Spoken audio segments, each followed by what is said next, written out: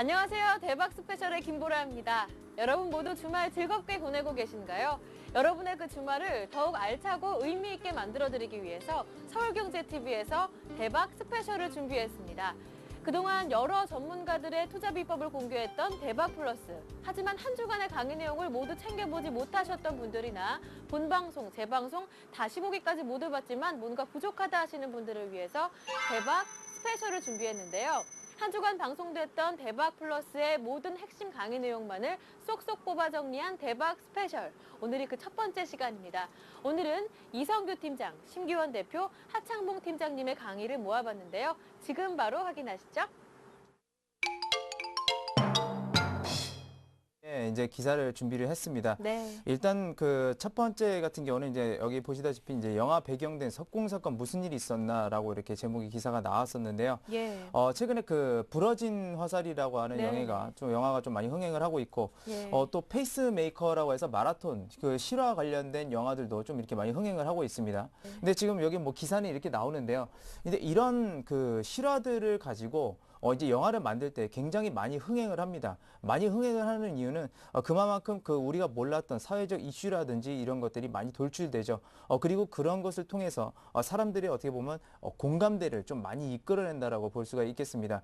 그리고 두 번째는요, 뭐가 있냐면 참 저도 이거 좀 약간은 좀 민망했습니다. 그러니까 네. 이게 뭔 말일까? 그러니까 지금 여기 보게 되면 그 뉴스에 나온 거 보면 뭐 버스카드 충전 안 했다가 망했다, 뭐 버카충 안 했다, 희망 이렇게 나오는데 예. 무슨 말일까 막 그랬어요. 근데 말 그대로 이제 축약어더라고요. 축약어인데 이제 사람들이 점차적으로 좀 뭐랄까요? 세대 간의 격차라고 할까요? 만약에 조금이라도 이런 신조어들에 대해서 접근을 안 하고 그러다 보게 되면 저도 물론 우리 시청자님들도 뭐 나이 연세 많으신 분도 있고 적으신 분도 계시겠지만 저는 비교적 뭐 이제 30대 새내기입니다. 30대 새내기인데 그렇지만 저도 적다고 생각해요. 나이는 아직 어리다고 생각을 하는데 저 같은 사람들조차 밑에 세대들하고 이런 신조어를 모름으로써 대화가 안 됩니다. 이런 현상들이 계속해서 일어날 것으로 좀 생각하고요. 이거는 굉장히 재밌더라고요. 현대차 그 벨로스터가 모바일 게임도 잘 나갑니다. 그러니까 현대차 벨로스터, 그러니까 모바일 레이싱 게임이다. 그러니까 여기는 벨로스터밖에 없대요. 저는 직접적으로 해보진 않았는데 벨로스터밖에 없답니다. 그래서 이게 출시 6개월 만에 100만 건 넘게 다운로드 됐답니다. 과거로부터 그런 것들 되게 많았어요. 그러니까 스포츠나 아니면 게임을 통해서 홍보를 많이 하게 됩니다. 근데 이것도 접목을 시키죠. 말 그대로 스포츠 게임에서 어떤 그 선수를 이 게임에 등용시켜서 더 유명하게 만든다든지 이 게임을 통해서 기업들이 마케팅을 하기 시작했다는 겁니다. 그냥 과거에는 그냥 우리 회사 차니까 뭐 게임에 간접적으로 홍보를 했다라고 하면 이제는 그 시대가 아니죠. 말 그대로 어플리케이션 자체를 만들어 가지고 이런 쪽으로 홍보를 해 간다는 거예요. 그만큼 그게 무슨 얘기냐고 한다면 결정적으로 무슨 얘기냐면 그만큼 마케팅 시장이라는 게 굉장히 어려워지고 있다라는 그런 얘기가 됩니다. 그 다음 기사, 마지막 기사를 좀 보게 되면 일본에서 이제 은퇴부터 장년까지 돕는 사람입니다. 일본 그 고령화 시대의 그 새로운 현상이라고 좀 볼 수 있겠는데요. 이렇게 기사가 나왔습니다. 근데 지금 이게 뭐냐면 이제 옛날에는 뭐 이렇게 회사를 들어가거나 이제 돈을 벌기 시작하면 그런 사람들을 대상으로 해서 뭐 자산관리 시스템이라든지 금융업종에서 그런 것들을 많이 했는데 말 그대로 이 시장이 굉장히 크죠. 크니까 가겠죠. 금융업은 항상 그렇습니다. 큰 쪽으로 갑니다. 시장이 큰 쪽. 일본 굉장히 크죠. 우리나라도 이런 현상들이 향후에는 일어날 가능성이 굉장히 높습니다. 우리나라도 점차적으로 고령화 사회에 되고 있고요. 그런 부분들을 봤을 때 우리나라도 될 건데 사람들이 과거랑은 좀 많이 틀려졌어요. 무슨 소리냐면 지금은 우리가 사는 단위가 이제 핵가족이라는 단위가 있습니다. 여기서 그 핵이라는 게 뭐냐면 그 어떤 원소 같은 데서 그 핵을 말하죠. 근데 새로운 신조어가 또 하나 나왔어요. 뭐가 나왔냐면 원자가족이라는 게 나왔습니다. 핵가족보다 더 분해된다는 얘기죠. 원자가족. 심지어는 여기서 이제 독신들도 들어가게 됩니다. 독신이요. 독거노인이라든지 뭐 독거노인들도 여기 있고요. 독신이라든지 이런 것들도 있습니다. 사람들이 어떻게 보면 계속해서 이제 혼자 살아가는 계기가 되고 사람들이 전부 다니까 같이 모여서 옛날에는 대가족 뭐 같이 모여서 산다거나 그랬지만 이제는 점차적으로 그렇지 않다라는 거예요. 사람들이 점차적으로 개인 생활을 하게 되고 점차적으로 떨어지게 된다는 겁니다. 이런 것들 조합해 보니까 나오죠. 공감대 형성의 어려움이 지속된다라는 그런 얘기가 나옵니다. 그리고 독립가정이 늘어날 것이다 라고 이렇게 나왔죠. 그럼 두 번째 들어갑니다. 여기서 안 나오잖아요. 공감대 형성 어렵다는데 무슨 산업에 투자해야 될까? 독립가정 늘어난다는데 글쎄 어디다 투자할까? 없죠. 두 번째 뽑아냅니다. 뽑아내서 어디로 가냐면 소형 주택 시장 활성화라는 걸 뽑아냈어요. 근데 지금은 그 공간 자체가 좀 이렇게 큰 집 단위가 많죠. 아파트도 그렇고 많은데 이런 독립가정이 늘어났을 때 그런 아파트나 큰 단위의 아파트들이 과연 쓸모가 있을까요? 아마 없을 겁니다. 그렇기 때문에 개인들이 늘어나게 되면 소형 주택 시장 활성화가 이루어지겠죠. 이거 보게 되면 그래서 최종으로 뽑아낸 게 뭐냐면 에너지, 음식료, 문화 콘텐츠 소비 증대에 있습니다. 왜 도대체 여기서 여기 나왔을까? 굉장히 많이들 궁금해 하실 텐데 잘 생각해 보세요. 자, 여기 방이 하나가 있어요. 여기가 한 4식구가 살 수 있는 방이라고 합시다. 자, 조그만 방이 있어요. 이거는 자, 한 명씩 들어가요. 이런 시장들이 생긴다라는 거죠. 소형주택이라는 건. 그러면 4명이 있는데 여기서 조명을 자, 하나만 킨다고 합시다. 왜냐면 4명이 같이 한 방에 있으면 하나만 켜도 되니까. 근데 여기는 어때요? 아무리 방이 좁아도 조명이 하나 들어가야 돼요. 결국 4개가 들어가죠. 이게 1인당 에너지가 증가하는 이유입니다. 그래서 에너지가 증가하는 거고 당연히 음식료도 증가하죠. 왜 증가하냐면 대량으로 여러분들 그 마트 같은 데 가서 대량으로 구매를 하게 됐을 때는 싸게 삽니다. 그리고 가족들이 많이 있으면 일단 많이 살 때는 싸게 살 수가 있죠. 근데 아까처럼 하나 이 사람들 다 따로 사게 되면 그만큼 가격을 좀 더 많이 주게 되죠. 많이 살 때, 그러니까 도매와 소매를 생각하면 되는 겁니다. 그만큼 음식료도 당연히 많이 사드려야 되는 거죠. 각국 정부는 아마 이런 얘기들을 많이 할 거예요. 에너지 절약하자. 뭐 우리나라는 최근에 하고 있고 일본도 에너지 절약을 하자고 나섰고요. 그래서 이제 생각한 게 뭐냐면 식물 공장이라는 겁니다. 여기 보시게 되면 상추가 있죠. 이게 뭐냐면 LED입니다. 왜 LED를 쓸까요? 공장이기 때문에 햇빛이 없어요. 햇빛이 없기 때문에 햇빛을 줘야죠. 그래서 식물들이 살아나는데 이 LED가 태양과 똑같습니다. 그 쏘는 게 똑같기 때문에 그래서 LED 조명을 쓰는 거예요. 그리고 이것들이 자랐을 때 이렇게 높은 탑에 있는데 이것을 뭐 사람이 이렇게 꺼내고 아니면 물 줄 때 가서 이렇게 막 전부 다 뭐 뿌리고 그럴 수는 없잖아요. 자동화 시스템이라는 게 있는데 이게 뭐냐면 이제 로봇 쪽으로 있습니다. 그리고 지금 이게 생긴 게 지금 이게 남극 그거 같네요. 좀 비슷하게 생겼는데 남극에 있는 그 식물 공장. 근데 아무튼 LED랑 로봇 이런 것들이 좀 이렇게 필요하고 그 다음에 이 식물 공장이 아예 그 에너지를 안 쓰는 건 아니죠. 에너지를 굉장히 많이 쓰기 때문에 여기서는 그 바깥에 이렇게 그러니까 판들을 이용해서 쓰는데 그게 뭐냐면 태양광입니다. 태양광을 써요. 어디서 어느 기업에서 유독 이 사업을 신수종 사업이라고 해가지고 지금 밀고 있습니다. 삼성이죠. 그죠? 저는 삼성이 나중에 식물공장 할 거라고 보고 있어요. 삼성은 나중에 식물공장 할 겁니다. 그걸 노리고서 지금 이거를 발전시키고 있는지 없는지 모르겠지만 이런 것들이 바로 유전자원은 어디다 쓰냐면 이제 바이오시밀러. 그죠?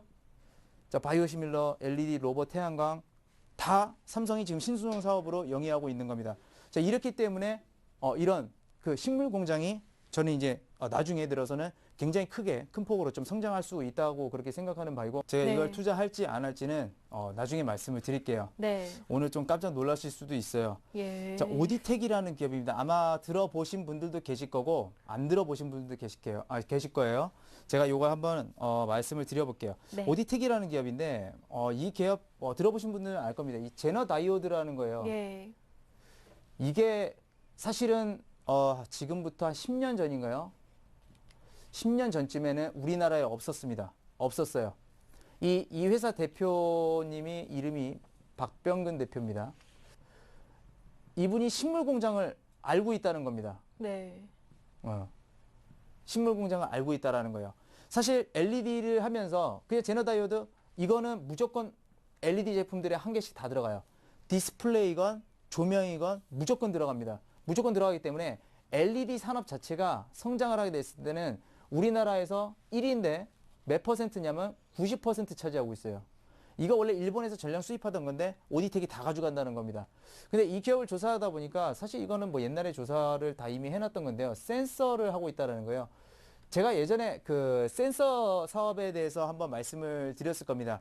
향후에 굉장히 성장성이 좋은 산업이 바로 센서라고. 우리가 아무렇지도 않게 그냥 센서를 지나치고 그냥 리모컨 앞에 붙어 있는 거 그 센서지 이렇게 생각하실 수도 있지만 실제적으로는 그렇지 않습니다. 센서 사업은 상당히 크다라고 성장성 크다라고 보고 있고요. 그래서 기업을 이제 보다 보니까 PER 그 변동 구간을 봤습니다. 과거 PER 변동 구간. 여러분들한테 제가 이거 설명을 드렸는지 기억이 잘 안 나서 그런데 이 PER 변동 구간이라는 건 굉장히 중요해요. 왜 중요하냐면 만약에 어떤 기업 여기 그러니까 제가 간단하게 자 5배에서 어느 종목이 10배 정도 PER에서 항상 움직였습니다. 기업들은 이런 게 있어요. 항상 보게 되면 이거 꼭 따지셔야 된다는 거 말씀드리겠고 만약에 근데 이 기업이 어느 날 2배가 돼 있습니다. 굉장히 싸죠. 와 싸다. 5배에서 10배 움직였던 종목이 2배가 됐어요. 와 싸다. 이거 사야 되나요? 아니에요. 여러분들 그 뭐라고 할까요? 그 과자 같은 거 대표적으로 과자를 예를 들면 여러분들이 슈퍼마켓을 갔습니다. 갔는데 맨날 과자가 1,000원 하는데 가격 인상시킨대요. 그래서 100원씩 다 올렸어요. 근데 어느 과자는 오히려 내려요. 왜 내릴까요? 덤핑 처리라고 들어보셨죠? 덤핑 처리라는 거. 주식도 그런 경우가 있습니다. 2배라고 해서 무조건 싼 건 아니에요. 그렇다면 기업을 다시 조사해봐요. 왜 2배가 돼 있는 이유가 없어요. 이유가. 만약에 이유가 없다 그러면 말 그대로 덤핑으로 파는 겁니다. 그만큼 미래 가치가 줄어든다는 얘기죠. 그래서 무조건 PER 와 낮다 라고 해서 싸다라는 거 아니라는 거 여기서 한번 말씀을 드릴게요. 재무 구조를 두 번째로 한번 들춰볼게요. 재무 구조를 들춰보니까 유동 비율이 429.8%래요. 유동 비율이라는 건 뭐냐면 이제 유동 그 자산이라는 게 있고 나누기 유동 부채라는 게 있습니다. 그러니까 단기적으로 부채가 있는데 이거를 유동 자산이 얼마만큼 막아줄 수 있냐? 당연히 좋은 거죠. 높으니까. 부채 비율이 20%밖에 안 돼요. 유보율이라는 거 좀 설명 어렵지만 일종의 말하면 자기 자본금으로 사업을 해가지고 얼마만큼 더 많이 벌어들였냐 그런 것들을 보시면 돼요. 그런 거라고 유보율이란 거. 일단 그 오디텍을 지금 상당히 전망성은 좋다라고 봅니다. 우리나라의 그 제너 다이오드라는 것을 지금 뭐 90% 시장을 점유하고 있고 상당히 좋다라고 보고 있는데 일단 주가 아까 말씀드렸으니까 뭐 차트는 제가 좀 이따 보여드릴게요. 왜냐하면 재밌는 일이 옛날에 있었기 때문에 말씀드리는데 자 현재 총 자산 대비해서 3% 매수 가능합니다. 굉장히 웃기죠. 3%? 한 1억 투자하시는 분이 3% 300? 300만 원 벌어서 한 10% 나면 30만 원 이렇게 웃으실 건데 이게 바로 투자 전략이라 실제적으로 투자 전략들은 이렇게 짭니다. 왜요? 아직까진 불확실성이 강합니다. 불확실성 강하고 실적이 얼마만큼 나올지도 모릅니다. 아까 말씀드렸던 3배에서 9.5배 구간에 들어갈 수 있는 그게 가격이 아니라면 처음에는 관심이 있어도 많이 매수를 하면 안 돼요. 일단은 집어넣는 거죠. 왜 집어넣냐면 좋은 기업이니까. 아까 말씀드렸죠. 재무구조 좋으니까. 예. 좋은 기업이니까 한 번은 넣으면 왜냐면 안 그러면 나중에 까먹어요. 이게. 기업들이 아무리 관심 종목에 넣어놓고 하더라도 자기 계좌에 딱 들어있지 않으면 까먹어요. 그러니까 그런 계좌는 일종의 말하면 다른 계좌로 분리를 해놓는 게 좋습니다. 그 다음에 제가 아까 말씀드렸지만 그 LED 쪽에 대해서 아마 정부 정책들이 굉장히 많이 나올 겁니다. 왜냐하면 전기 쓰지 말랍니다. 전기 쓰지 말라는데 사람들이 맨날 쓰고 있는데 그럼 여기 방송국에서 우리도 조명 뭐 몇 개 끄고 그래야 돼요. 조명 방송 몇 개 끄는데 그럼 안 보이잖아요. 그러니까 그런 거 했을 때 정부가 무조건 전기 쓰지 마 이렇게 할 수는 없다고요. 그러면 뭐 하냐면 이런 조건은 아마 내어놓을 가능성이 높습니다. 자 LED 조명을 쓰게 되면 몇 개를 더 켜게 해주겠다. 이게 나오게 되면 4% 추가 매수를 하는 겁니다. 주가를 보는 게 아니라요. 정책을 봐야 돼요. 사실 이 기업은 실적이 만약에 뻥 떴어요. 그러면 5%를 매수합니다. 총 몇 프로입니까? 12%죠. 이 기업은 12% 이상 못 넣습니다. 왜 못 넣냐면 여기 밑에 나오죠. 자, 모 투자회사, 제가 이 투자회사 이름은 안 밝힐게요. 안 밝히는데 옛날에 제가 조사를 할 때 그런 적이 있었어요.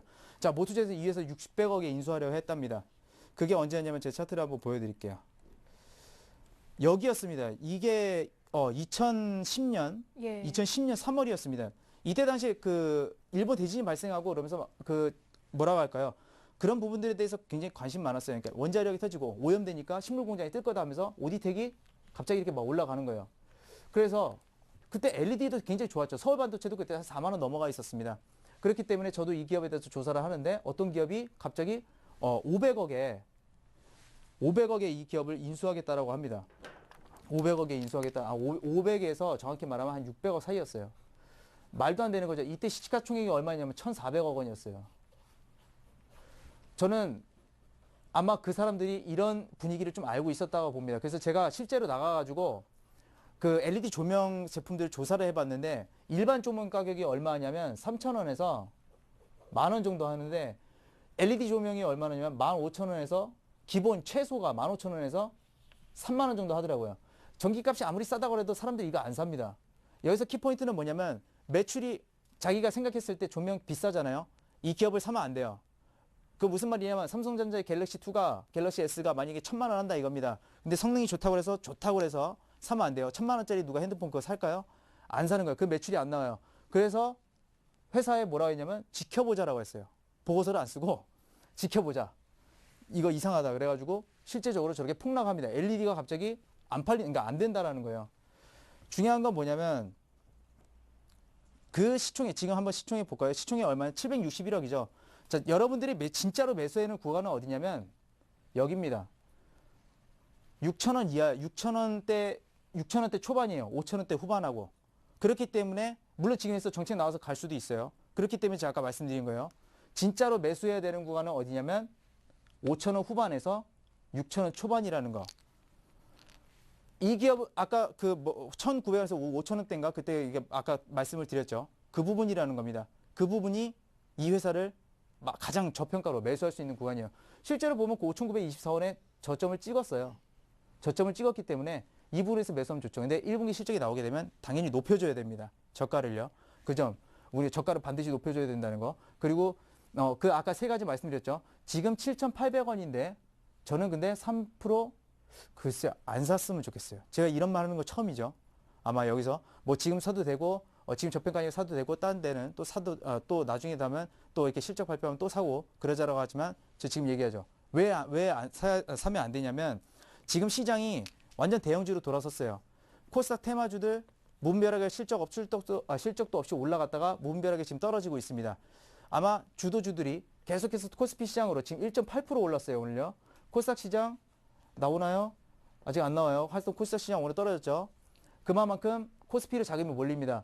아무리 이 부분에 왔다 그래도 그 부분에 코스피 시장이 어느 정도 그 조정을 받지 않는다면 이 기업은 더 떨어질 확률이 굉장히 많아요. 물론 실적이 받쳐주면 올라가겠죠. 그래서 저는 과감하게 오디텍 말고 차라리 코스피에 있는 대형 LED 관련 종목을 선택하시라고 말씀을 드리겠습니다. 먼저 가장 많이 좀 애용되는 것이 RP라는 것인데 RP라는 것은 뭐 쉽게 말씀드리면은 환매 조건부 채권이다. 즉 뜻을 좀 말씀드리면은 일정 기간 어떠한 약속한 기간이 지난 후에 다시 매입을 하는 조건.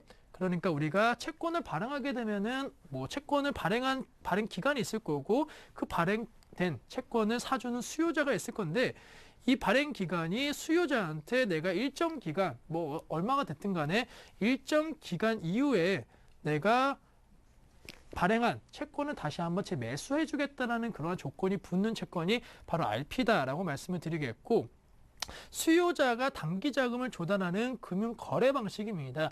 채권 같은 경우에는 추후에 다시 한번 말씀드리겠지만은 장기 자금을 운영하는 그러한 금융상품이기 때문에 사실 만기가 되기 전까지 상당히 황금성이 상당히 떨어지는 것이 사실인데 그런 황금성을 보존할 수 있고 그렇기 때문에 장기적인 이 채권 시장이 원활한 유통을 할 수 있도록 도와주는 것이 바로 이 RP다라고 하면서 이거는 쉽게 설명해 드리면은 우선은 딱 이것만 기억하시면 될 것 같습니다. 만약에 10억을 채권을 발행을 하였는데 일정 기간 뭐 90일이 됐든 뭐 며칠이 됐든 90일 이후에 내가 11억에 다시 한번 재매수를 해줄게 라고 생각하시면은 쉽다라고 말씀드리겠고 뭐 그렇게 되니까 발행 기간에서 어느 정도 보증을 해주는 그러한 그 모습이기 때문에 아무래도 원금 소실 가능성이 상당히 낮다라는 점 꼭 기억을 해주시고 RP라는 것은 정확하게 말씀드리면은 서로 조건이 맞으면은 단기적금으로서 운영할 수 있는 그런 형태로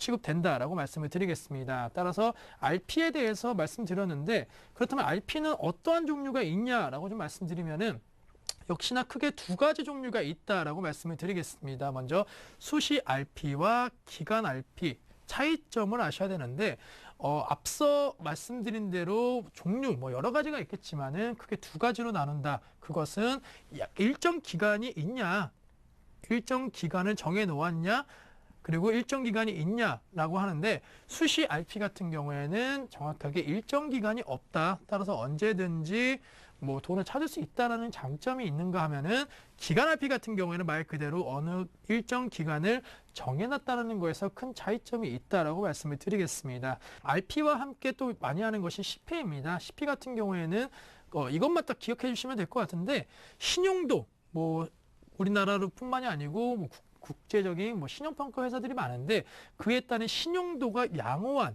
기업, 즉 양호한 기업이라는 거는 한마디로 우량 기업이 기업 운영에 필요한 자금을 마련하기 위해서 발행하는 단기 어음이다라는 것만 좀 기억하시면 되실 것 같고 다시 한번 좀 정리해드리면은 상당히 우량한 기업이 자금 활용을 위해서 발행하는 단기 어음이다라는 것을 CP라고 생각하시면 좀 좋겠다라고 말씀드리겠고 CP 발행한 기업들 뭐 본다라고 한다면 사실 뭐 크게 재무구조라든가 이런 거 상당히 좀 악화된 것이 아니냐라고 생각하시는 분들이 있는데 그런 게 아니고 역시나 여기 말한 대로 시장에서 인정한 우량 기업이기 때문에 CP 발행한 기업 같은 경우는 어느 정도 안정성이라든가 재무구조성에 있어서는 인정을 받았다는 점을 좀 기억해 주시면 좋겠다라고 말씀드리겠습니다. 또한 RP와 CP 말고도 CD라는 것이 있는데 CD 같은 경우에는 정확하게 말씀드리면 이제 무기명에 대해서가 장점이 될 수 있다라고 말씀드리겠습니다. 사실 많은 분들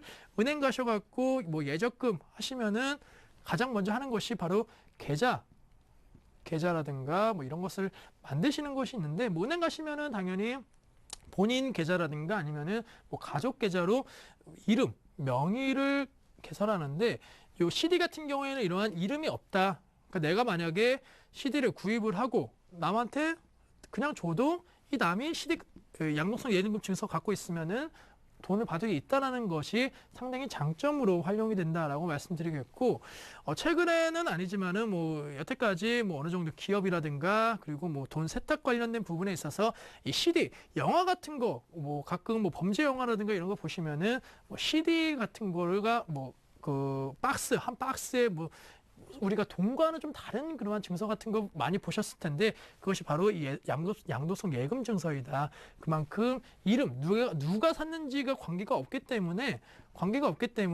그런 돈 세탁 관련된 부분에 대해서도 좀 이용이 됐는데 그만큼 원활한 유동성에 대해서는 장점이다라는 점만 기억해 주시면 되실 것 같고 그러한 황금성 부분이 꼭 기억을 해 주셔야 된다고 말씀드리겠고 또 한 가지 장점 같은 경우에는 아무래도 거액 계약 거액에 대해서 자금 운용을 할 때 아무래도 좀 용이하다. 아무래도 금액이 커지게 되면은 뭐 여러 가지 좀 금융 시스템에 있어서 제약이라든가 뭐 여러 가지 번거로움이 많으신데 CD 같은 경우에 그런 거 없이 뭐 큰 금액 거액이라고 해도 황금성 및 뭐 용이성이 상당히 좋기 때문에 이러한 특징을 갖고 있다라는 점 기억하자라고 말씀드리겠고 마지막 같은 경우는 뭐 거액에 대해서 그 운영을 하는 거지만은 가입 대상에 제한이 없다라는 점 그만큼 좀 편하게 이용할 수 있는 그러한 그 금융 상품이기 때문에 CD에 대해서는 그냥 간단하게 좀 생각하시면은 상당히 그 뭐 명의라든가 이런 거 그리고 여러 가지 좀 불편한 그러한 시스템 없이 좀 편하게 돈을 융통할 수 있는 그런 상품이 바로 CD라고 생각하시면은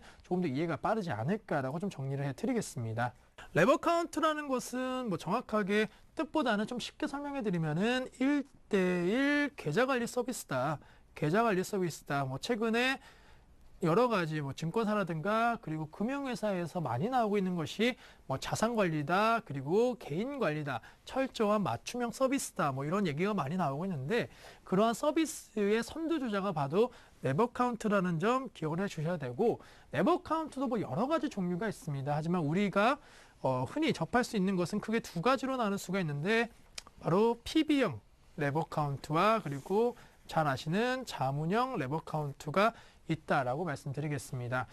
그렇다면 어떤 것이 틀리냐라고 한다면은 PB형 같은 경우에는 여러분들께서 즐겨 가시는 증권사 PB 자격증 소지를 한 PB가 운영을 해주는 거고 꼭 굳이 상품이 뭐 주식 레버 카운트라고 한다면 보통 주식을 많이 생각하시는데 꼭 주식이 아니더라도 자신의 성향에 맞는 각각 금융상품 포트폴리오를 포트폴리오로서 우리 PB가 운영해주는 상품이 바로 PB형 상품이고, 자문형 레버 카운트가 뭐냐라고 설명해 드리면은 자문사에서 운영을 하는 것이 아니고, 정확하게 말씀드리면은 자문사, 우리가 흔히 알고 있는 뭐 투신사 그리고 투자 자문사에서 운영을 해준다, 운영을 해주는 걸로 알고 계시는 분들이 많으신데, 정확하게 말씀드리면은 운용을 해주는 게 아니고 투자 자문사에서 포트, 그 주식이든 뭐 여러 가지 그 투자 상품에 대해서 조언을 해주는 것이 바로 이 레버 카운트고, 실질적으로 그 조언에 따라서 움직이는 것은 증권사에서 한다.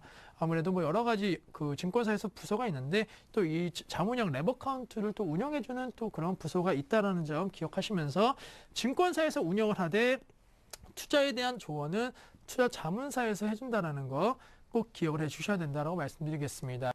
그렇다면은 그 최근 들어서 조금은 좀 부진하지만은 2009년도부터 어쨌든 펀드 이후에 금융상품 시장을 휩쓸었던 레버 카운트에 대해서, 장점에 대해서 좀 말씀드리면은, 우선은 빠른 시장 적응력이라고 말씀을 드리겠습니다. 우리가 지난 시간에 펀드에 대해서 말씀드렸는데, 펀드를 생각해 보시면은 뭐 여러 가지 종류가 있다라는 거 제가 그때 말씀드렸을 겁니다. 뭐 주식형, 뭐 채권형, 뭐 혼합형, 뭐 여러 가지가 있는데, 역시나 이거에 대한 기준이 정확하게 정해져 있다라는 거, 그만큼 기준이 있다라는 것은 바로 다르게 얘기하면은 제약이 있다라고 다시 말씀드릴 수가 있기 때문에, 아무래도 운영하는 데 있어서 주식형 펀드인데 갑자기 뭐 채권형 펀드로 전환이 되는 게 아니고, 뭐 다 팔아갖고 다 채권을 살 수 있는 그러한 시스템이 안 되기 때문에 정확하게 펀드에 있어서는 제약이 많았다. 하지만은 자문형 레버 카운트 같은 경우에는 시장 빠른 적응력, 만약에 시장이 대차 상승을 할 것 같다, 그러면 주식 비중을 100% 해도 되는 거고, 만약에 정말 하락기 같다, 지금은 살 종목이 없다라고 하면은 막말로 0%대까지도 주식 비중을 낮출 수 있는 것이 이 레버 카운트이기 때문에, 그거에 따른 시장 장점, 투자 운용에 있어서 상당히 장점이 있다. 또한 두 번째의 장점이 있는데, 우선은 레버 카운트와 펀드 좀 다시 한번 좀 차이점 말씀드리면은, 펀드 같은 경우에는 잘 생각해 보시면은, 내가 가입을 하러 가셨다라고 생각하면은 돈을 내 계좌에 갖고 있는 게 아니고 펀드에 대한 펀드가 운영하는 계좌로 편입이 되는 겁니다. 편입이. 정확하게 말씀드리면 내가 어떠한 종목을 사고 있고 어떠한 업종으로 사고 있는지 매일매일 실시간으로 확인이 안 된다는 점. 내 돈이지만 맡기고 있는 상황에서는 내 계좌가 아닌 펀드 운영 계좌에서 운영되고 있기 때문에, 사실 뭐 수익률은 나올 겁니다. 아마 계좌 확인하시면은 내 수익률 지금 얼마인지는 나오고 있는데, 어디에 투자가 되고 있고 또 어떠한 자산에 투자가 되고 있는지는 정확하게 알 수 없다는 점, 크게 불편하게 작용을 하는데, 자문형 레버 카운트 같은 경우에는 주문 내용 및 계좌가 조회됩니다. 레버 카운트의 특징 중에 하나가 바로 아까 말씀드린 1:1 자산관리 계좌. 여기서 계좌라는 말 잘 생각하신다고 한다면은, 계좌, 내가 내 이름으로 튼 계좌이기 때문에 실제 주인도 나고 나만 볼 수 있다는 점이 가장 큰 장점이다. 또 한 가지 장점 같은 경우에는 주주로서의 이점이 활용이 가능하다라고 말씀드리는데, 사실 펀드 같은 경우에 다시 한번 좀 펀드랑 말씀드리면은, 펀드에 대해서도 우리가 투자한 거에 대해서 뭐 배당이라든가 이런 거 받을 수 있습니다. 하지만은 정확하게 어떻게 얼마만큼 되는지에 대해서 알 수가 없는 것이 사실인데, 주주로서 레버 카운트에 대해서는 내 계좌로 주식이 입고가 되는 거기 때문에, 말 그대로 주문은 자문사에서 사라 그래서 증권사에서 사줬지만은, 주주로서 만약에 삼성전자가 내 레버 카운트에 편입이 돼 있다고 한다면은 삼성전자에서 받을 수 있는 배당이라든가 의결권 같은 여러 가지 행사권은 주주로서 이점이 활용할 수 있다는 점이 큰 장점이다. 따라서 레버 카운트를 가입하셔갖고 거기에 주식이 있는 분들은 뭐 단순히 어디서 사줬기 때문에 나랑 상관이 없다라고 생각하시는 것이 아니고, 내 계좌에 있는 내 주식이기 때문에 거기에 대한 합당한 대우는 받을 수 있다는 것이 가장 큰 장점이다라고 말씀을 드리겠습니다.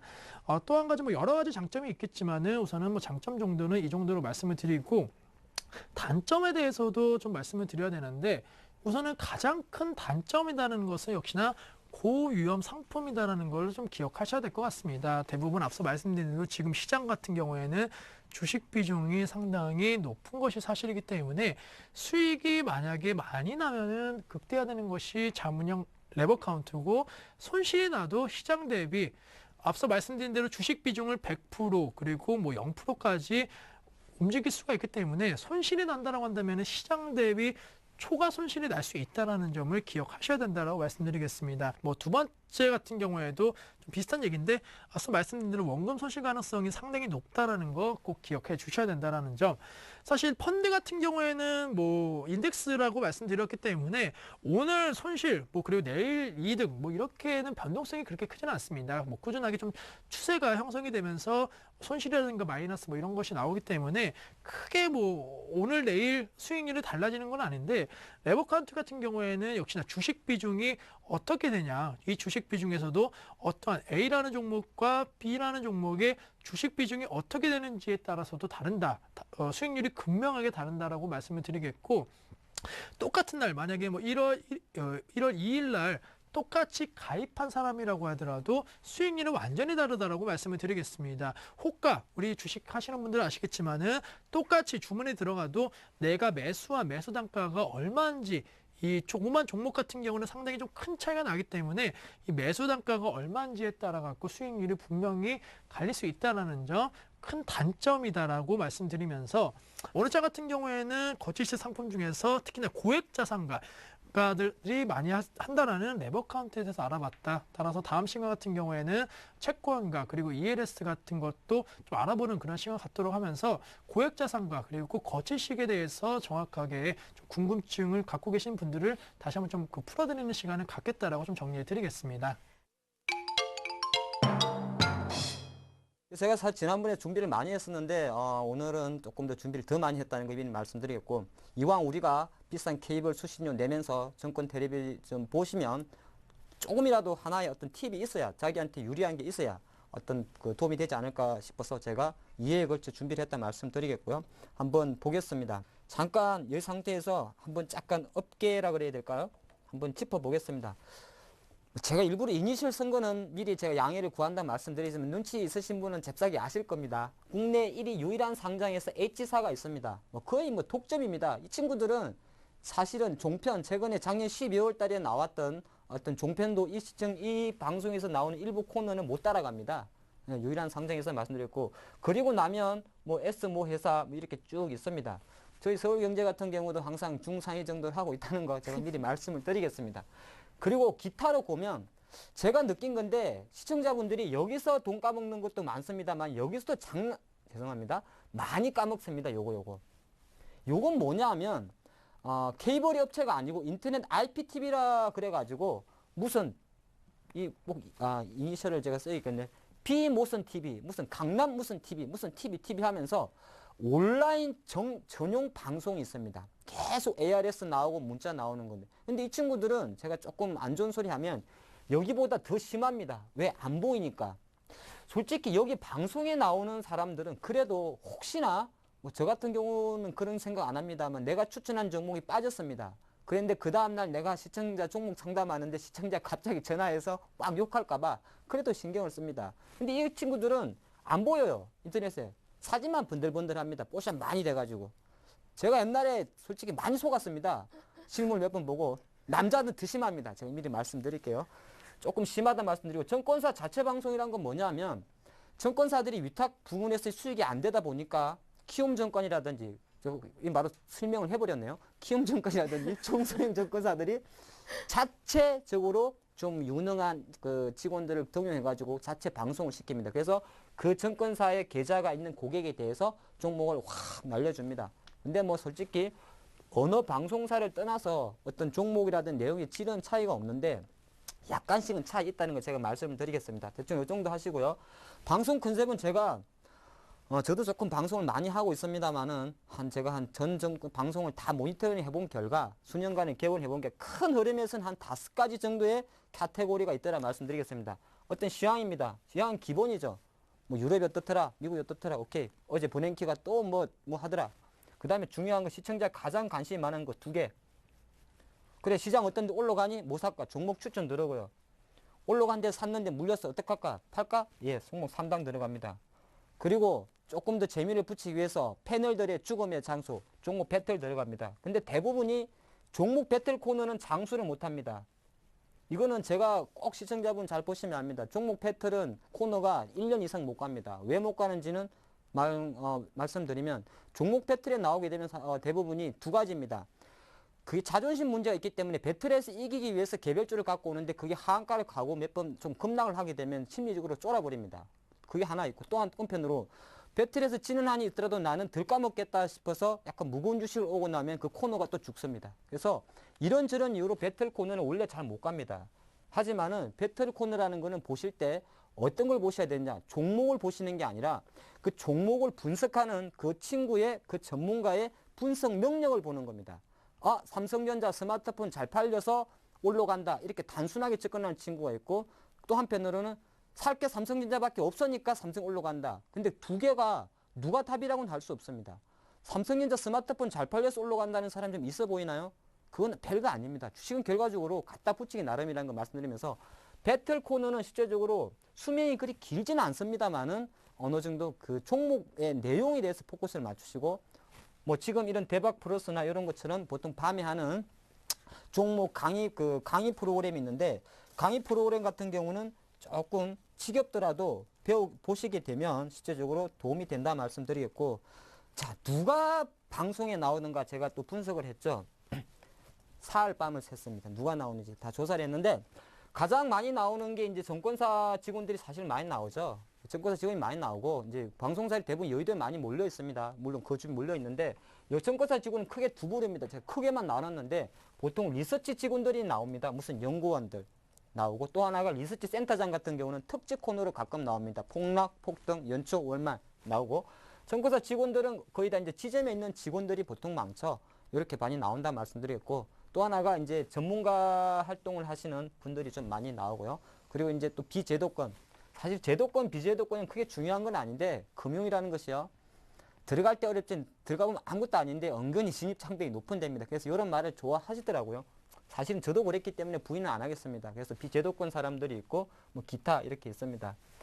자, 방송 한번 잘 보시죠. 크게 제가 시간을 타임테이블을 조사해 봤습니다. 이거는 조금 간단하게 짚어드리겠습니다. 중요한 거지만 그냥 어떤 프로니까 보통 6시부터 9시까지는 아침 방송이죠. 아침이 있고 9시부터 장이 딱 시작해서 12시까지는 열심히 장중 오전 그리고 12시부터 장 마감할 때까지는 또 오후 이제 장 마감되고 나면 뭐 스사나 이렇게 나오고 있죠. 그리고 이렇게처럼 저희 코너처럼 야간에도 실제적으로 작은 방송이 이루어진다 말씀드렸고 간당간당하게 이 부분 살펴보겠습니다. 자, 아침에 뭐가 나오죠?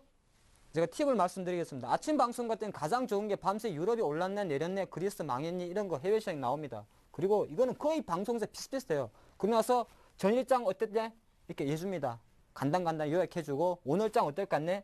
먹고 해줍니다. 그리고 모 증권사, 모 방송마다 오늘장 공략주는 동시효과 전이니까 동시효과 공략주 어떠냐 이렇게 이야기 나옵니다. 자, 여기서는 뭘 캐치해야 될까요? 아침 방송에서는? 여기는 사실 큰 특징은 없습니다. 방송사별로. 일단은 제가 지난주에 강의처럼 HTS나 그런 거 좀 하시려면은 좀 좋아하시는 그런 방송에서 사실 해외 이슈가 뭔지 정도를 쫙 한번 들어주시는 게 좋을 것 같고요. 뭐 전일장 정리 같은 것도 사실 들어주면 나쁘진 않습니다. 두 번째 말씀드리면 오전이 들어가죠. 오전 들어가게 되면 거의 다 비슷합니다. 9시 땡 치면은 뭐 저도 그런 방송 하고 있습니다만은 개장 출발사항 동시효과 동향이 나옵니다. 그러면 이때는 조금 집중하셔야 돼요. 그리고 나면 오늘 장이 오전에는 왜냐면 그래도 활발하고 뭐 테마도 확 하기 때문에 이때는 조금 집중하셔야 돼요. 오늘 업종이 뭐가 세냐? 오늘 자동차 가니 안 가니? 화학 가니 안 가니? 그리고 오늘 테마 뭐나? SNS 외가지 하면 바로 풀어주죠. 무슨 오늘 SNS 뭐 핫했구나. 오늘 종목이 뭐가 가니? 뭐 3S가 상가 갔네 이런 거 빨리빨리 캐치합니다. 자기 종목 없더라 그래도 이런 거 보시면서 시장이 흘러가는 어떤 플로를 캐치하셔야 된다 말씀드렸고 외환채권은 나옵니다만은 보통 시간 때우기니까 관심 없으시면 헐리시고요. 종목 상담이나 뉴스 같은 경우는 실제적으로 오전 방송 한 11시쯤 되면 이거 가죠. 한 요까지는 10시까지 긴박하게 돌아가고 11시부터 한 12시 정도 가면 잠깐 쉬는 타임입니다. 그래서 같이 좀 쉬어주시면 좋다 말씀드리겠고요. 12시부터 되면 종목 상담이나 보통 이런 거 많이 들어가는데 요건 제가 따로 다루겠습니다만 종목 상담도 잘 하셔야 돼요. 제가 종목 상담한 팁을 이렇게 드릴 거니까 잘 보시고요. 오늘장 특징이 어떤 정도는 만약에 오전장을 못 봐도 오후장에 내 종목에 대한 포트를 보기 전에 시장이 어떻게 흘러갔는지를 캐치할 필요는 있습니다. 요새는 워낙 방송하는 친구들이 요약 정리를 잘하기 때문에 그 정도 한번 캐치해 주시면 좋을 것 같고, 내일장 전망이나 전략에 대해서도 보통 많이 나오는데 뭐 요거보다는 사실 내가 지금 주식을 갖고 있고 사야 될까 말아야 될까 아니면 이 종목 팔아야 될까 말아야 되기 때문에 오늘장 특징 보통 전략이나 요 부분에서 좀 참조하시면 좋다 말씀드리겠습니다. 그리고 이제 마감 장이 끝나고 나면 조금 느슨합니다. 방송사마다 여러 가지가 있습니다만은 오늘 장이 어땠냐 한번 쭉 요약 정리를 해줍니다. 그럼 그럴 때는 같이 한번 쉽게 봐주면 되고, 내일장 미리 보기는 크게 제가 비중은 많이 두지는 않습니다. 왜냐하면 우리나라 시장은 밤새 유럽이나 미국 시장 영향이 워낙 크기 때문에 어느 정도 오늘장을 정리하는 수준 정도로만 마감해 주면 좋고, 만약에 오늘장이 2시 후에 많이 올랐다. 2시 후에 많이 올랐다. 그랬을 때는 아시아 시장, 중국 시장이 오늘 오후장에 어떻게 마감했는지 한 번 정도 체크해 주시는 게 좋다 말씀드리겠고요. 야간으로 가게 되면 이제 가간입니다. 가간이라는 표현을 제가 왜 쓰는지 혹시 아십니까? 야간으로 가게 되면 방송사마다 다른데 어떤 이제 방송사 그 경제 전문가 방송이 낮에는 그 온라인 방송이라 그러나요? 이 고객들한테 이렇게 계속 실시간 라이브 방송해주고 문자 보내주고 하기 때문에 경제TV는 잘 안 나오는 경우도 많습니다. 그래서 밤 되면 이제 어스르카이 나와가지고 어느 자기 PR 활동이라든지 뭐 그런 내용을 합니다. 그 H모 정권에서 대박 무슨 코너라고 상당히 시청률이 높은 것도 그런 것 중에 하나였다 말씀드리겠고요. 그리고 이제 약간 편하게 주식 담화를 합니다. 서로 이렇게 해주고, 또 하나가 교육 강의가 있는데, 밤에 하는 거는 실제적으로 들어볼 만한 게 뭐 다 들으시면 좋겠지만 만약 선택을 하라 그럴 때는 그래도 조금 지겹고 재미없을 수 있지만 이런 코너 교육이나 강의 프로그램은 좀 좋다 말씀드리겠고, 가장 이제 중요한 겁니다. 네. 자, 이제 아까 제가 말씀드렸지만 우리 시청자님들은 추천주에 가장 많은 관심이 보입니다. 자, 여기서 이제 누가 추천하느냐에 따라서 전략이 다 달라집니다. 제가 증권사는 솔직히 증권사하고 소속 전문가를 조금 엮었어요. 아까 조금 전에 말씀드렸지만은 증권사나 직원들이 추천하는 거는 조금 안정형입니다. 안정형은 있고 별 재미는 없을 수가 있어요. 그래서 보통 이 친구들이 추천하는 종목들은 실제적으로 어떤 식으로 접근하면 되냐, 자기 투자 성향이 조금 중기 투자 가고 장기 투자 가면 약간 이쪽을 차라리 선택하는 게 낫다 말씀드리겠습니다. 근데 소속 전문가들이 보통 추천하는 방송은 특징이 있죠. 약간 공격적입니다. 그리고 전략도 상당히 단기적입니다. 그리고 중요한 건 사후 에이스가 조금 약합니다. 요거 생각하면 어떻게 받아들이면서 받아들여야 될까요? 당일 레버리지 몰빵하시면 오히려 이쪽에는 몰빵 비방송 용어죠. 좀 투자 비중을 많이 높여서 상관이 없는데 이쪽은 잘못하면 큰일 납니다. 네. 그래서 이런 거 조금 참조하시면서 보시는 게 좀 팁이지 않나 말씀드리겠고, 항상 누구를 탓하기 전에 우리 시청자님들이 내가 이 사람이라면 어떤 종목을 추천할까? 내가 이 사람이라면 내가 지금 어떤 비즈니스를 갖고 있기 때문에 어떤 장사를 해야 시청자들한테 내가 호응을 얻을 수 있을까? 여기에 포커스를 맞추신다면 오히려 정부의 역선택에 의한 무조건 손해보는 그런 구조는 깰 수 있다 말씀드리겠고, 코너 중에서 크게 두 가지가 있죠. 포트폴리오 공개 코너가 있고 실전 투자 따라잡기 코너 있는데, 포트폴리오 공개 코너는 무수히 많은 증권사들이, 저도 지금 하고 있습니다만 실전 투자보다 가상 투자죠. 뭐 가상 투자인데 뭐 어떤 종목 비중 이렇게 보여주죠. 뭐 갖고 있고 20% 이렇게 갖고 있지 않습니까? 이거는 팁이 있어요. 이거는 절대 우리 못 따라옵니다. 왜 못 따라오냐면 타이밍적으로 제시했던 매수가에서 예를 들어서 상당히 보수적인 매수가를 잡는 것도 있고, 특히 팔 때 액티브하게 나오는데 시청자분들은 방송을 보고 그 다음날 움직이니까 조금 액티브하게 못 갈 수가 있죠. 그럼 간단하게 쉽게 생각하십시오. 포트폴리오 공개 코너의 핵심은 뭐냐면은 목표가는 다 잊어버리십시오. 뭐 8,000에 추천했는데 이거는 15,000원까지 갑니다. 그거는 아무 생각 없고요. 사실 주식은 목표가 정하고 매매하는 거 아닙니다. 뭐 손절가만 지켜주시면 됩니다. 또 더보다 더 중요한 게 있습니다. 좀 이 방송 컨셉을 잘 아는 출연자들은 비중 조절을 잘합니다. 오늘은 10%만 익절합니다. 아니면 손절가를 올립니다. 손절가를 잘라주면 요거를 잘 따라주시면 돼요. 우리는 늘 목표가에만 관심을 가지고 있는데 그걸 따라주시면 최소한 수익률 보전은 좋다 말씀드리겠고, 실전 투자 따라잡기라는 코너가 있습니다. 요거는 이것만하면 좀 보지 말라 말씀드리겠습니다. 지금 S모 방송사에서 요걸 하고 있고 매일교수에 가끔 있습니다. 이거는 원래 증권사와 협찬해서 합니다. 증권사에서 방송사로 자금을 소팅해주고 돈을 싸주고 나면 증권 방송사에서 어떤 유능한 전문가를 해서 실전 투자 대회도 하고 서로 올립니다. 근데 그러면서 시청자들은 사실 요거는 가상 매매고 요거는 실전 매매니까 여기에 포트 종목에 많이 관심을 따라옵니다.